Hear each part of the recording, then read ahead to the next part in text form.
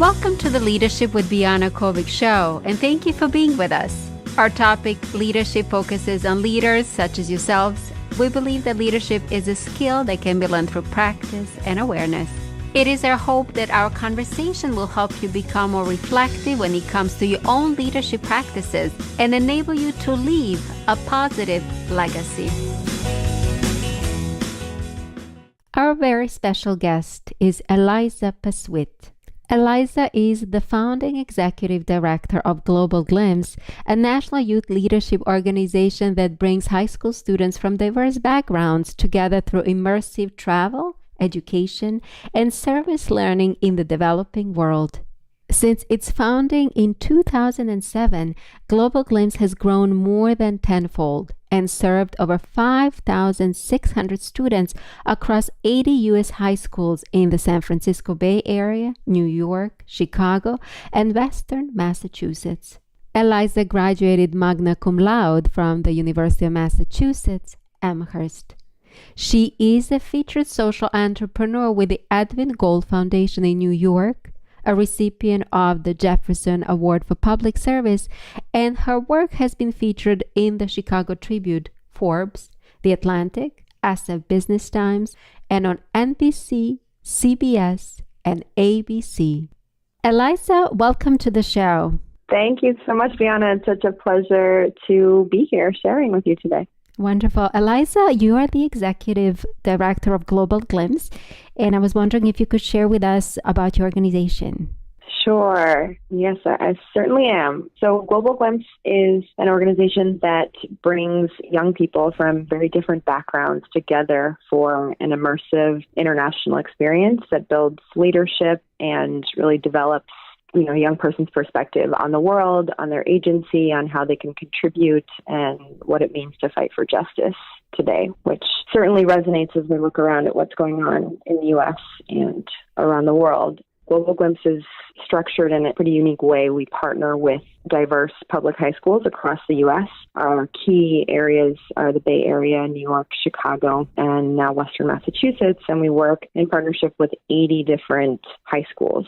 We run a 2-year program, and we really train teachers to support students to build global competence, to develop their leadership skills, and to gain kind of sense around cultural sensitivity. And then through really life-changing travel experiences, they have this fire ignited in them, and they build relationships that serve them to think critically and to build a sense of agency and a desire to keep learning and keep growing and be involved in their schools and their communities, take an active role in defining their futures and realizing their potential as they move forward into college and careers.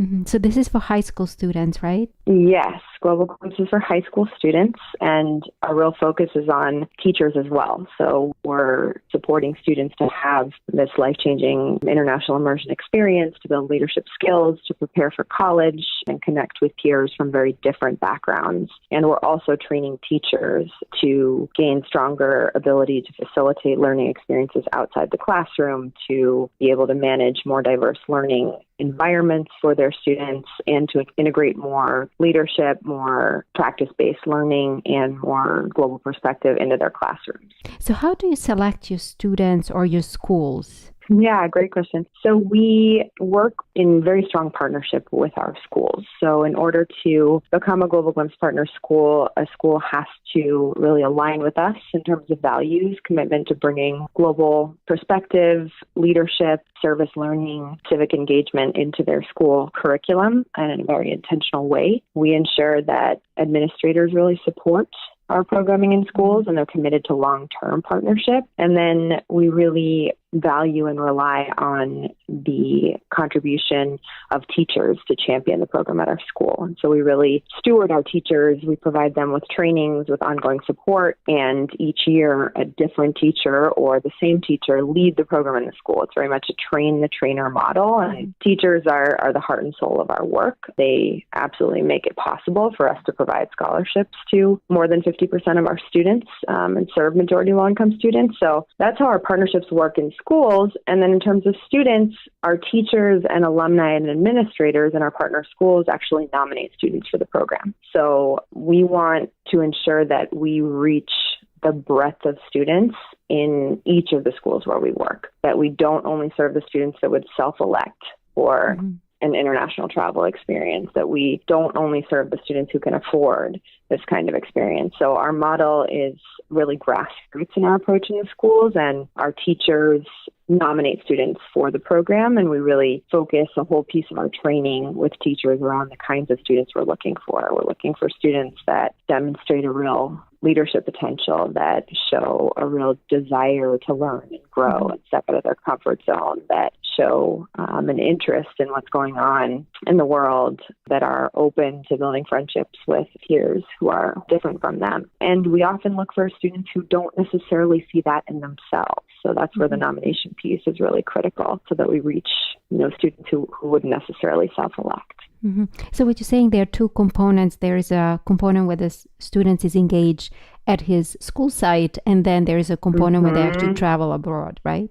Exactly. Yep. So students are nominated for the program in the fall of their sophomore or junior year, and then they apply. And if they're accepted into the program, they're accepted need blind. We provide scholarship to students based on family income, dependence in the home, and socioeconomic or free and reduced lunch percentage at the school. Accepted students then go through a set of 8 after-school workshops that are led by teachers and alumni in their school. And those workshops really build a foundation for the international learning experience. So students are learning about fundraising and public speaking and how to advocate for themselves. Students are learning about globalization. They're learning about cultural sensitivity. They're learning about Latin American history, where they're going to be traveling. And they're preparing emotionally for the intensity of the international experience. And each of our groups, when students do travel, which is the summer, is super diverse. So you have students traveling together from Greenwich in the South Bronx,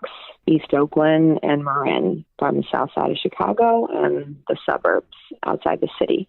And we do a lot of work intentionally in those after-school workshops prior to travel to prepare students not only for the experience that they will go through personally in being away from their family and being out of their comfort zone and being in a developing country and traveling, many of them for the first time, but also, how that experience will be for those in their group and how to have conversations about, the challenging topics that arise when students are in those kinds of environments.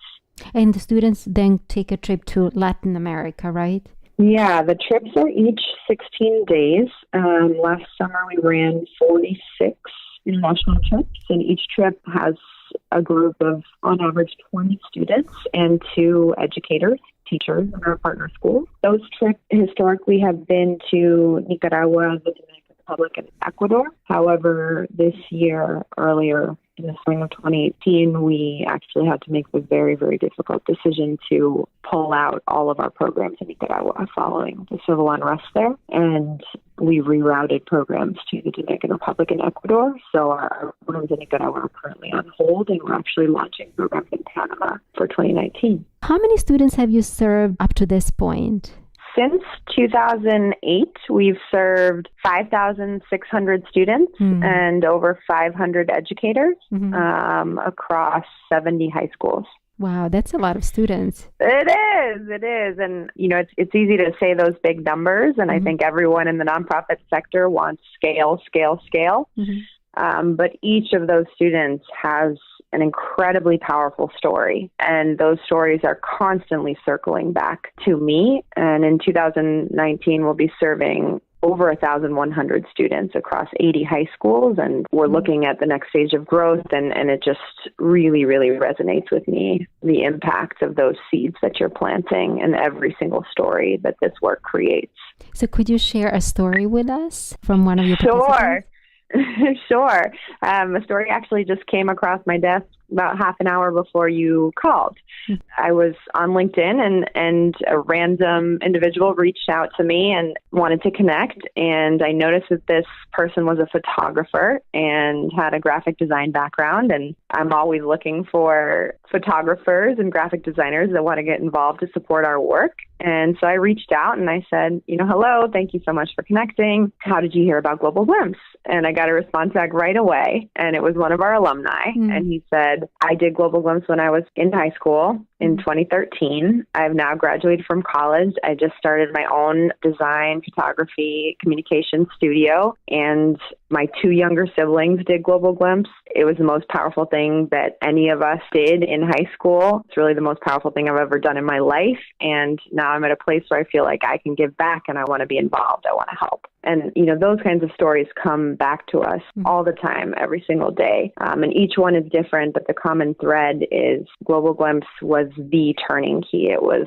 the most powerful moment of my adolescence, and it set me on a path to greater aspiration in my life and my academics and in what I was pursuing, but also a greater commitment to give back and to leverage the resources I do have and I gain in my life to serve others. Yeah, just so that our audience know, they're actually exposed to life in Latin America. So they might be serving in schools, right? So they're giving an opportunity to help the folks on the ground, right?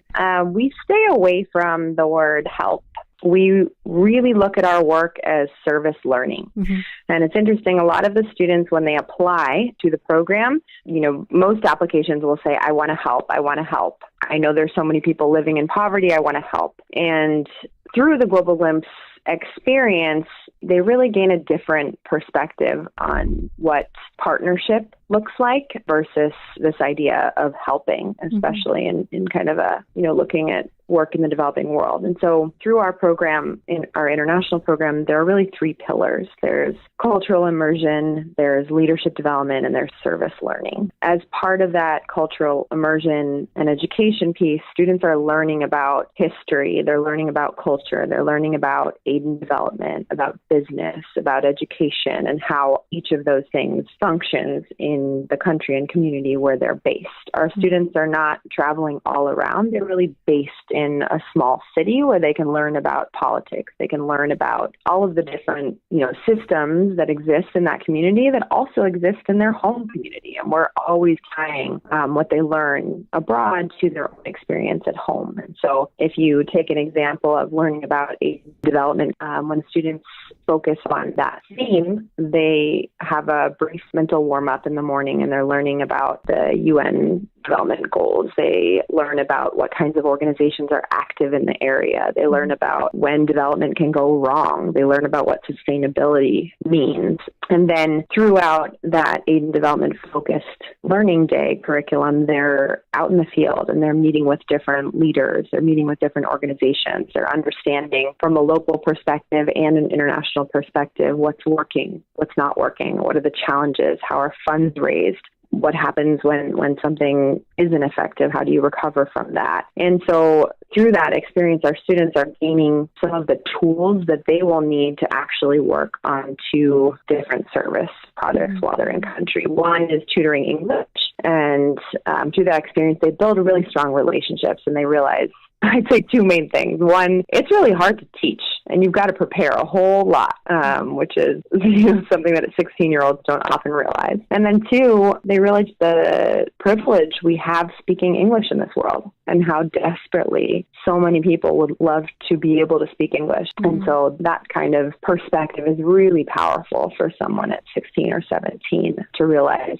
a piece of privilege or strength they didn't even know that they had. And then the second piece of our service work is, we call it the CAP project, Community Action Project. And that project evolves throughout the 16 days students are in country. The first 4 days is really focused on understanding what are the issues in the community where they will be working, what are the challenges, and how is the community or organization structured, what have they accomplished, what do they desire to accomplish, what are they lacking in terms of skills and resources, what do they already in terms of skills and resources. And then our students work on designing a small-scale project. And they're pushed to ask critical questions about how they ensure sustainability. Who's going to take care of that project after they leave? What is the real impact of that project? Does it make sense, or it just looks good and sounds good? So we go through a whole exercise on really delving into how do you design something that will last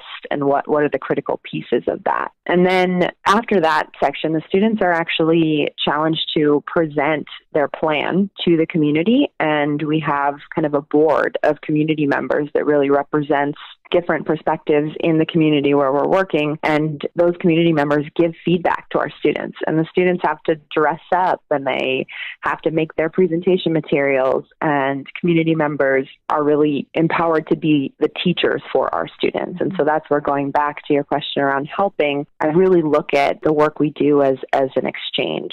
Students are learning, I would say, much more than they're actually giving in the grand scheme of things. But the way that we work to set up our service learning projects, both community members and students are empowered to work together to actually deliver the project. And then my great hope or aspiration in this work is that our students walk away with a sense of accomplishment, but also asking themselves, what skills do I need to continue to develop in my life, in my education, so that I can give back with greater agency and make a greater contribution. That's very interesting. You know, what struck me about Global Glimpse is that it seems they immerse in the culture of the country they're in. And then also, as you said, they're proactively constantly thinking how they can make that particular culture better. So that's what I gained from reading about your program. And I know that you actually took a trip when you were in college, which changed your life too, right? Yeah, I didn't travel a lot internationally growing up. My mother's Russian Jewish, my father's Serbian Orthodox Christian, and I always had people from different backgrounds and perspectives, religions in my home. So I think I grew up with this real desire to understand people who were different from me and to connect with people who were different from me. And that led me, when I was in college, I was at the University of Massachusetts in Amherst, and I really felt a bit stuck in terms of where I was going in my education. And so I decided to take a year off, and I spent that year for 6 months working to save some money and set myself up. And then I went after Hurricanes Katrina and Rita hit in 2005. I looked around and said, well, I don't have anywhere I need to be right now. And this sounds like a place where I could contribute and give back. And so I went down to rural southern Louisiana. And, I mentioned that before the international piece because I think the experience of being in the rural South right after those two hurricanes hit and seeing what, that part of the country looks like in terms of inequality and racism, and what happens after a natural disaster when there is a lack of organization and leadership and direction. I thought I could go down and help. And it was actually one of the most trying, painful, beautiful experiences, humbling experiences of my life, because I realized I didn't actually have the skills or the network or the resources to help. And who was I, this white woman from, Western Massachusetts, who was I to help to begin with? And I realized that to actually contribute, I needed to build relationships. I needed to build trust. I needed to understand the complexity of situations. I couldn't help sorting and distributing pounds and pounds of food and clothes in warehouses if I didn't understand the geography of the region, if I didn't understand who was in, leadership positions and who I would offend if I favored one person over another. And so I think that experience for me was foundational in terms of leadership and in terms of the work that I do today. And after spending 3 or 4 months learning and lots of time crying down there, but finally finding my footing and really realizing the strongest way I could contribute was working in the schools there and kind of supporting teachers to navigate much larger classrooms. After that, I decided to go to Latin America. I decided I really wanted to learn to speak Spanish, and I was settled on a nursing career. I thought I would go into international nursing, and that would be my way to give back and to advocate for people who didn't have the kind of agency, resources, privilege that I had. And so I went to Latin America by myself at 20, and I landed in Peru at 3 a.m. in Lima. And I remember taking a taxi through the pitch black streets and arriving at this seedy little hostel and realizing, wow, I was sure on my own now. And I spent about 5 months traveling around South America. And I became fluent in Spanish. I picked it up pretty quickly. And I have so many vivid moments from that time. But one memory that really sticks in my mind is being in the Sacred Valley outside of Cusco and standing looking over the terraced land there, which is so mind-numbingly beautiful. It's baffling. And seeing this young woman, she was probably 14 at most, in vivid colored traditional dress with a baby strapped to her back. And she was climbing up this crazy steep cliff with this heavy baby on her back. And I looked at her and I realized, I mean, she was 6 years younger than me. And here I was standing, you know, on the edge of this cliff by choice, and I didn't have to care for a child. I didn't have to walk, you know, these miles and miles to navigate a life that was so hard, and you could see it in her face. And I just, in that moment, I just remember fully understanding the lottery of life and what an incredible privileged set of cards I'd been given and the responsibility that came with those cards. And I think I harbored a lot of anger following that international experience at not being taught or not knowing about the pain and the inequality in the world before. And, you know, having been brought up in a way that was, I don't want to say sheltered, because my family certainly was very, very open and dedicated to exposing us. But I do think a lot of education in the United States is not grounded in the reality of what's going on in the world. And I don't think American citizens are empowered to own our responsibility or, you know, really gain the perspective and the sense of agency to build more just systems across sectors. And so a lot of that channeled into Global Glimpse and the work that we do in U.S. high schools. Mm-hmm. That's very interesting that you mentioned. I just want to a little bit go back. You said that you experienced some level of failed leadership when you were back assisting hurricane victims. Can you tell us, in your opinion, you're a leader now, what are the traits that leader needs to have not to have a failed leadership? I mean, I think in that situation, when something like that is so tragic and of such a magnitude happens, there inevitably is a period that lacks leadership. There's just no way on a massive scale to deal with the kind of devastation that happens when you have, you know, a situation like Hurricanes Katrina and Rita or Harvey last year in Houston, or, I mean, countless tsunamis, floods going on all over the world. So, you know, I don't look at that as negative. I think that's a part of the process. And I mean, I think leadership first and foremost is understanding, and it's trust. And in order to really build understanding and trust, you have to really know the world that you're operating in. We try to teach our students that you can't possibly hope to go into a community and know what's best for that community. That's such a paternalistic kind of colonial way of looking at things, and it doesn't work consistently. We've seen it doesn't work. And so I think if you really do want to make an impact and you want to drive change, it's listening first and foremost. It's understanding. You know, if you're not from that community, then you have to listen and you have to own where you don't understand and look to others who have greater understanding and greater perspective to build strength in the work that you're doing. So what you're saying to us, a good leader need to be actually humble to understand what he or she doesn't know, and to be curious to ask questions so that he or she can learn better to make better decisions, right? Absolutely. Yeah. As I thought about kind of leadership going into this interview, humility was a theme that arose for me. Humility, trust, generosity, all of those pieces are so important to leadership. And I think the funny thing about leadership is that those are not the qualities that are touted when we look at how leadership is propelled or portrayed in the media. So I think, you know, often you're sort of stuck in how do I navigate what I'm supposed to be versus what I feel is right. Yeah. So how do you go about teaching your students exactly what you said to us, you know, what I think media is asking me to be and what I think it's right to do?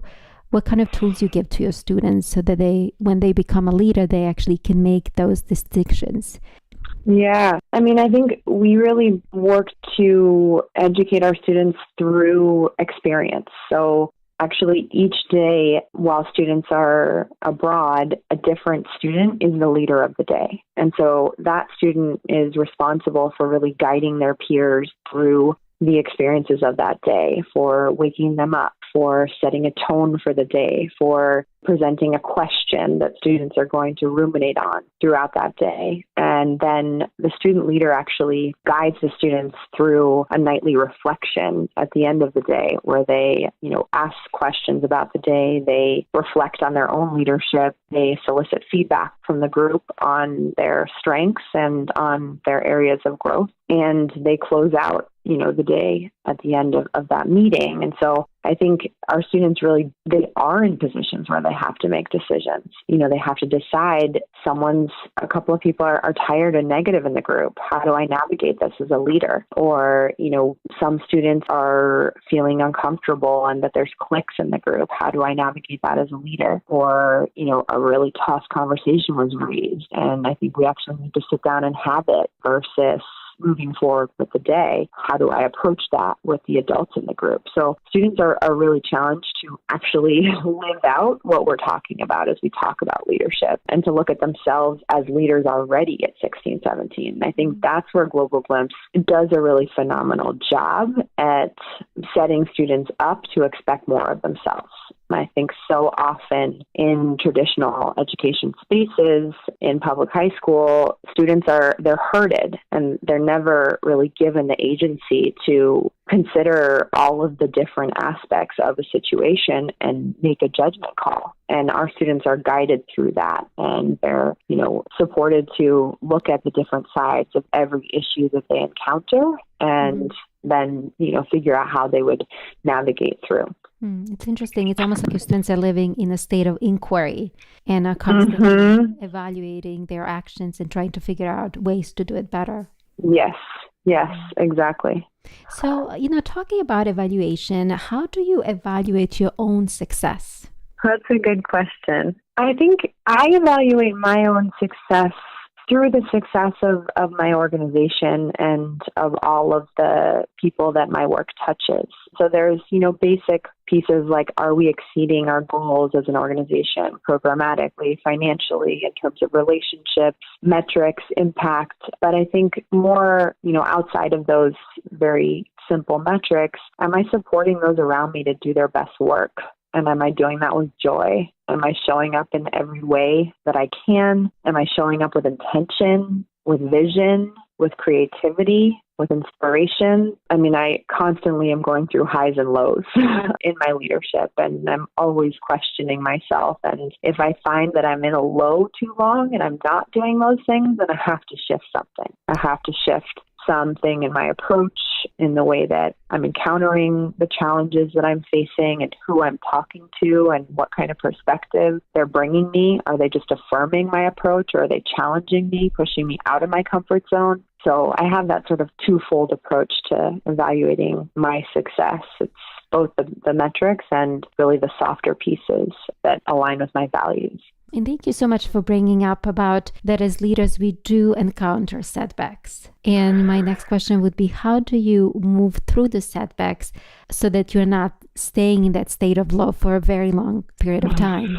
Yeah, this has been an evolution. I've been building Global Glimpse for 10 years now, and it continues to be an evolution. I think in the early years, when I was going through a really tough time or experiencing tremendous setbacks or feeling that something was unjust or encountering a real mistake that I'd made, I would be overwhelmed with emotion because the work that I do is inherently emotional. I care about it so much and I've dedicated everything to this work. And so it's very, very hard to encounter serious failure when you put your heart and soul into something. And I would react with a lot of emotion, which is exhausting and not very productive, I've learned over the years. So I still have that reaction, gut reaction, all the time when I encounter challenges or failure, which happens all the time. And I try to just sit on it now, and I try not to react.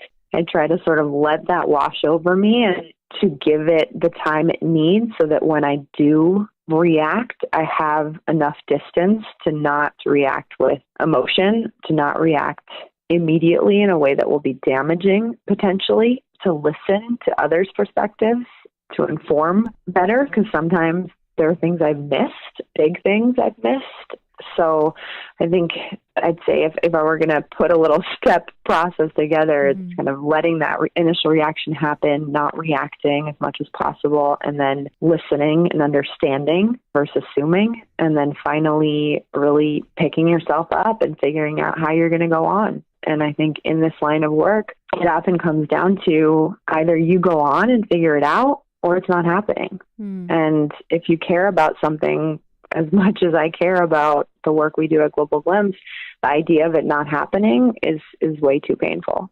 I'll take on any challenge to avoid that. Interesting. And what advice you have for people that you supervise when they're hitting lows? What kind of advice would you have for them? I actually had a check-in with one of my teammates today who's going through some real challenges in her work. And she's just such a can-do, make it happen, work through anything, absolute champion that she makes excuses for herself about everything and is, kind of like, well, I'm sure I'm just struggling because, I'm not sleeping or something. She just puts it off on something else. And I mean, I think I try to approach that twofold. One is like, let's really put our heads together and come up with a strategy to navigate through this and a plan so that you feel empowered and you can move forward. Because I know that doing in your head on this is absolutely going to kill you. It's going to make you crazy. And then secondly, I really push my team to think about, I call them kind of their peace priorities. And it's where do you go when life brings you challenges? And for team members that are growing in their leadership, I say you're going to continue to encounter really tough situations professionally, really hard things to navigate. So where do you go to find your peace? And for me, that's being outdoors. It's connecting with community, and it's getting exercise.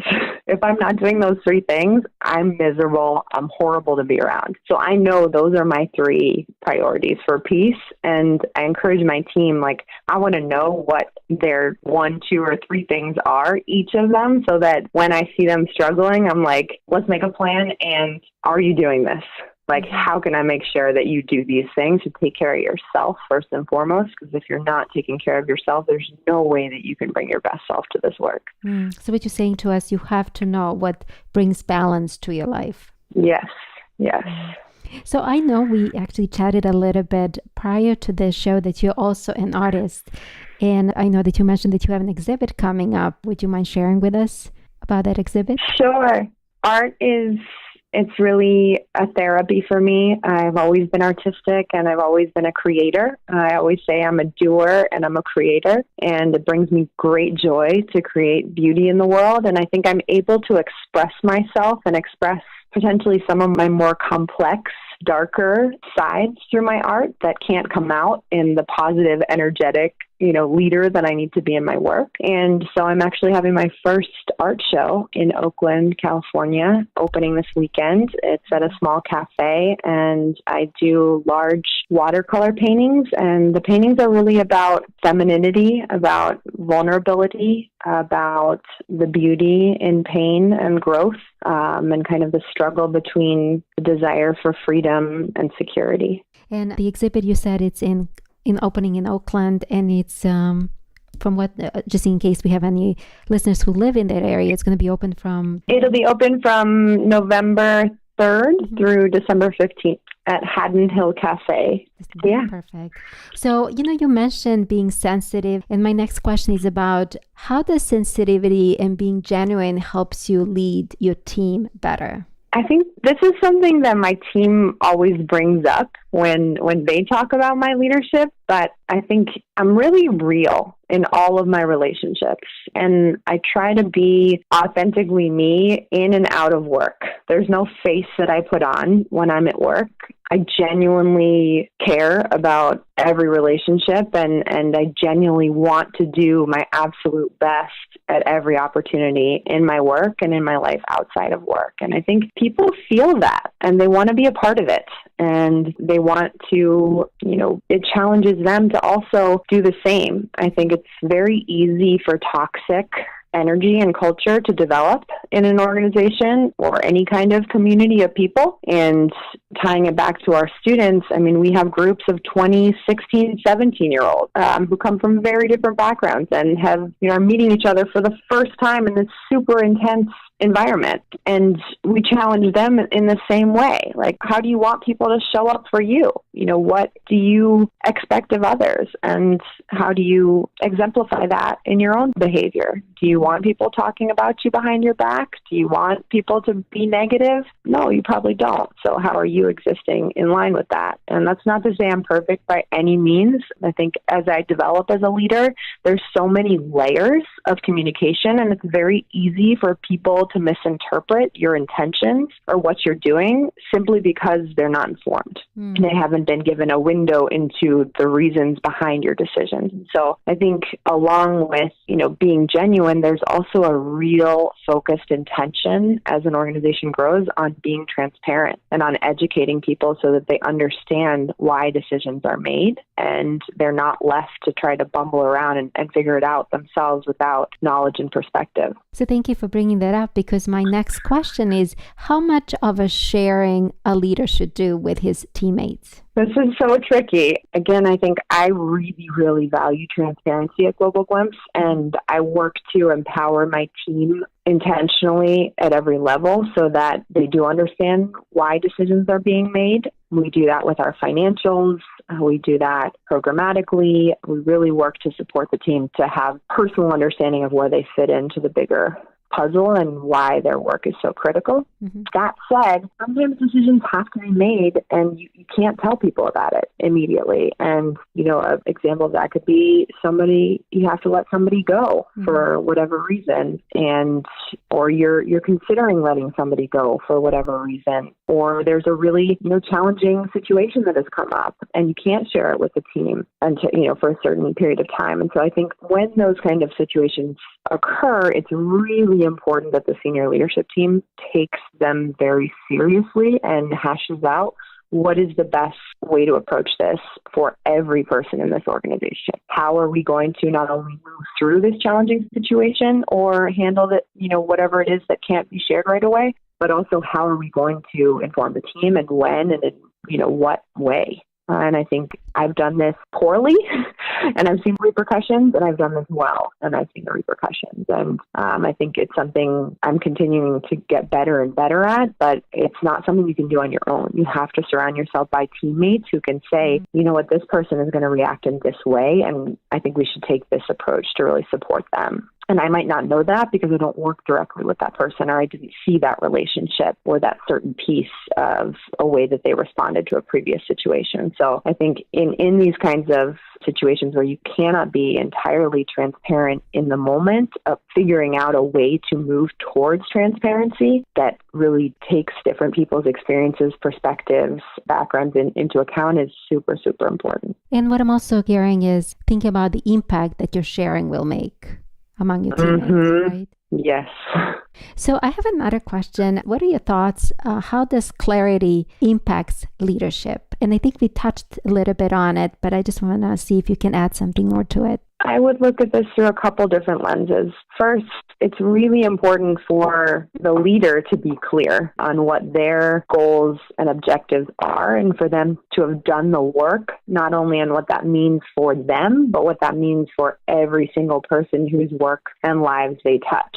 And so if I'm going to be setting goals for the organization, I need to be very clear about what those goals are. And I need to have done the work to ensure that my team will be able to support that and will be trusting of the decisions I'm making to, get behind that and make it happen, because nothing happens without the team. I can daydream all day and set goals, but if I haven't actually done the work to bring the team with me, then there's no action. And I'm going to just a little bit segue back to generosity. You mentioned a little bit generosity. What are your thoughts on generosity and leadership?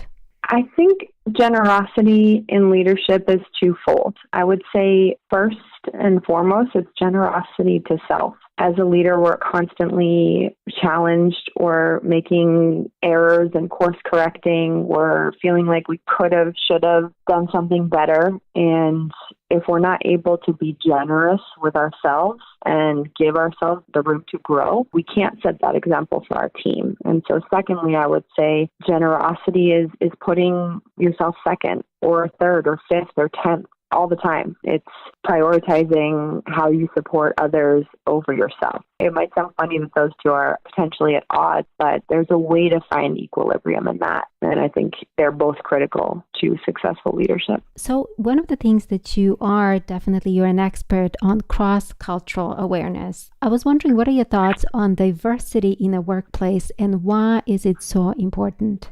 Yeah, I would not say I'm an expert. I would say, again, I'm learning and growing. I think our work is so grounded in the importance of stepping outside of self and being open, not only being open, but proactively seeking different perspectives. And that's what we work to support our students to do, to be environments where they are challenged to do that and to see the value in that. I think in terms of diversity in the workplace, Global GLEM students are 80% minority. And I'm very aware that as a Caucasian woman, educated woman, I don't share that background. And I can't ever feign to share that background or that life experience. And so I have to surround myself with board members, with teammates that do have the ability to relate on a personal level to the experience of our students, to the experience of being a minority in this country, of growing up first generation, of, never having traveled before. So I think Global Glimpse, especially due to the nature of our work, it's absolutely critical that our team and our board reflects the diversity of our students. And I don't think we're entirely there yet. I think it's,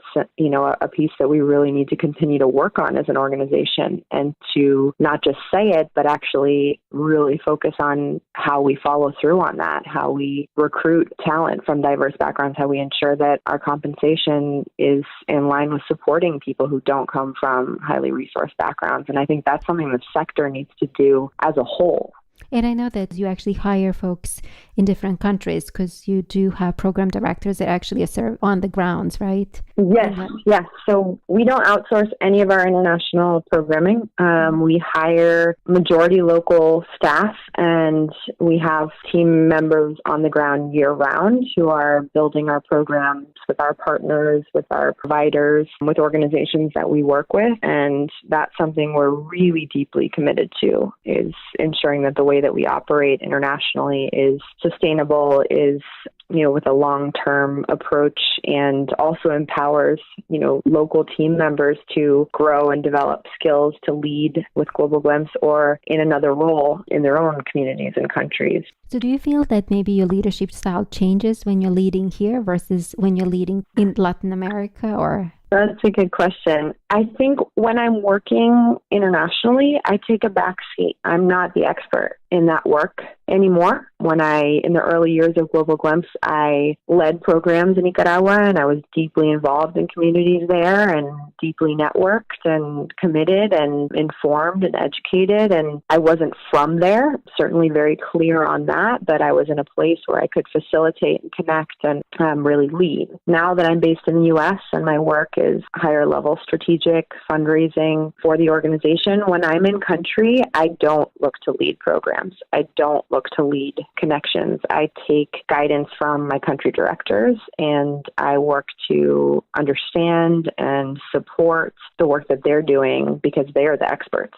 And what would you say your leadership style is like? I would say my leadership style is very much leading by example. I really try to walk the walk. I show up, I follow through. Just the little details on showing up to follow through go a very long way. I don't think my time is more valuable than any of my peers or my colleagues. And when I commit to do something, I follow through. When they need something of me, I make it happen right away, the extent I possibly can. I'm really open with my communication, and I try to be as strong in my leadership as I can, but also as approachable. And any thoughts on delegating responsibilities? I mean, increasingly, I have a full-time team of 25 now and another 40 seasonal staff. So there's a whole lot of delegation delegation could happen. But I think especially when I have, a direct report that's more junior or a newer team member, I try to be really open about those kinds of, when I need to delegate something. So I'll, send something over and then I'll check in. Hey, just wanted to make sure that felt okay when I sent that over to you. Do you have the capacity to take that on? Is there a different approach that, you would appreciate when something like this comes up? And then I'm really clear, hey, if, you don't have the capacity to take this on or you're struggling with something, tell me about it so that I can help you prioritize or re-strategize on how you're going to handle it, or take something off your plate and help you make it happen if we need to make it happen, because we're a team in the end and we win together. We don't win by you doing and me doing, we win together. Interesting. So you're talking about also managing folks a little bit. What are your thoughts on, do you think that every leader is also a good manager? No, absolutely not. Absolutely not. I've thought about this a lot, actually, over the past year. I think I have very natural leadership tendencies, and I think that can almost be a crutch when it comes to building a team and becoming a strong manager, because I think management takes a lot more work and a lot more focused attention. And I think natural born leaders tend not to put in that work and effort to be really, really good managers. And those are kind of convoluted often, and see it across the sector. We see it across companies. It's rare that someone is a really, really strong leader and also a very strong manager. And I think myself, I tend to lean naturally more on the leadership side. So I have to work really hard on the management side because it involves a lot of structures. It involves regular check-ins. It involves affirming and providing positive feedback. There's just all of these pieces of management that don't come as naturally to me as inspiring and kind of setting the vision. And possibly very time-consuming, right? Because you yes. But so important, so important. So how about assertiveness? What are your thoughts on being assertive in your leadership practice? Yeah, I thought about this a lot as well recently. I think the only reason that I am in a position of leadership is because I was assertive. I think being assertive is incredibly important in advocating for yourself and advocating for what you believe is right, and in kind of laying out that you think things can be done differently. And when I think about that, I think about who is told that they're allowed to be assertive in our society. And this brings me to think about our students. And I think it is rare that women and people of color are told that they can be assertive, that their voice matters, that they can change the way that things are set up. So I really look at assertiveness as kind of a piece of privilege. And I think it's my responsibility as someone who was raised, to believe that I could assert myself and that my opinion did matter. It's my responsibility to support others to feel that they also can have that agency and to have, the experiences and the confidence building and the network to be able to step up and advocate for what they believe in. So what suggestion do you have for the folks that are afraid to speak up? I think it's really hard to tell someone to speak up, right? Because there may be many factors that make that dangerous, or that they don't feel that they're going to be supported in doing that, or they're afraid of taking that risk because it might compromise some other really critical piece of their life. So I think you can't just tell someone to speak up or step up. You have to show them that they're valued, and you have to show them that you support them and that others support and value them. And they have to really build that sense of self to be able to do that. And that takes time. It doesn't just happen overnight. And so I think that's why Global Glimpse is such a powerful experience, because it is, a 2-year program. It's an immersive international experience where students they see themselves differently and they build connections differently. And that shifts the way that they approach situations. In talking about Global Glimpse, what I see it as, it's almost like helping students understand how they can reinvent themselves. Yeah, I think the word that comes up for me is transformation.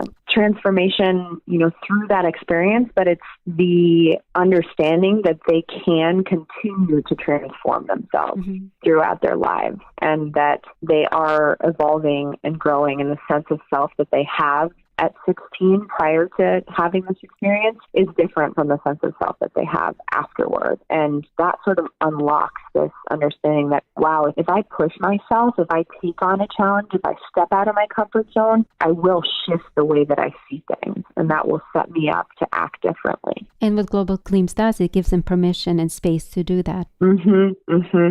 Any thoughts for women leaders? I started Global Glimpse in partnership with a older man who was in management consulting and had a Stanford MBA background and financial backing. And I think throughout my career, I've been doubted, my abilities have been doubted by men. And it's been something I've had to work on throughout my life, and I'm continuing to work on. I think it's really easy to doubt yourself in this world, and especially in the nonprofit sector where people are, constantly giving advice without actually really understand what's going on or how, the sector operates. And often those people are men, and often they're white men. So, if I were going to give advice, I would just say first and foremost, believing in yourself and surrounding yourself by people that believe in you, surrounding yourself by other women, surrounding yourself by men that are going to go counter to the grain and believe in you. And what is your mission in life? That's a big question. My mission in life is to connect people, to break down barriers and build more just systems and societies. I think my greatest joy in life comes from bringing people together, and I have a real genuine ability to do that in a way that is not uncomfortable for people. And I think Global Glimpse is a reflection of that work. I think I look around at my friends and my community, and it's a reflection of that life mission. I look at my family, it's a reflection of that life mission. So I think that's really the thread that ties me together is bringing different perspectives and people together to create more beauty and more magic and more justice in the world. Any final thoughts? I don't think I have too many final thoughts.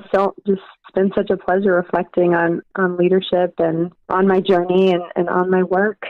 And how can people get in touch or apply for program? Yeah, so getting involved with Global Glimpse is super easy. There are some really tangible ways. First and foremost is bring Global Glimpse to your high school or a high school that you support and share our work with educators and administrators, especially in the Bay Area, New York, Chicago, and Western Massachusetts. We're also launching programs in Denver next year. So if you've got Colorado connections, that's fantastic. Secondly is if you're an educator or have experience in education or youth development and are interested in leading a trip for us, we're always looking for educators to supplement our teacher leaders on our summer programs. And so those opportunities will go live in January 2019 and welcome people to reach out. And then finally, if you're interested in making the Global Glimpse experience possible for a young person from a low-income background, we are actively seeking donors and supporters to continue to expand our work and make the next life-changing story possible. And the contact information would be? It's Eliza at globalglimpse.org. Thank you so much for being a guest on our show. Absolutely, Biana. It's been a pleasure. Thank you so much for your fantastic questions. I hope my perspective has been educational or helpful or fun. Thank you. Thank you for tuning in and listening to the Leadership with Biana Kovic Show. Remember that you're all leaders in your own rights, and the impact that you're meant to achieve starts with small acts of kindness, curiosity, and generosity. Please give us a like and subscribe to our channel. Thank you again, and until next time.